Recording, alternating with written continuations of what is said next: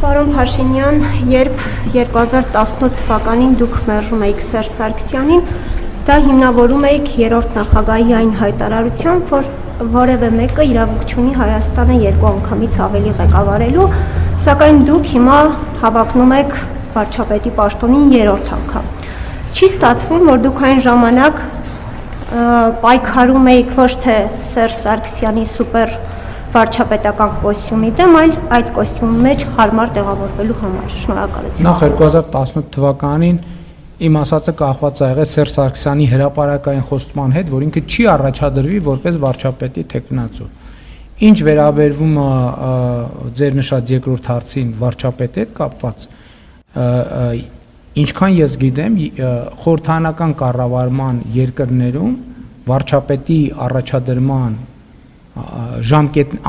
անգամների հետ կապված սահմանափակումներ չկան եւ այդ հարցերը կարգավորվում են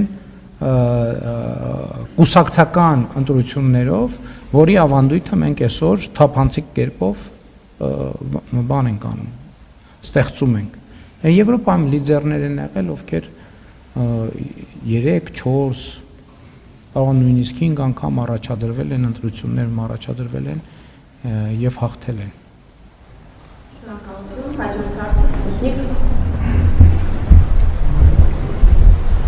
Շնորհակալություն, պարոն վարչապետ, Ռուսաստանի նախագահ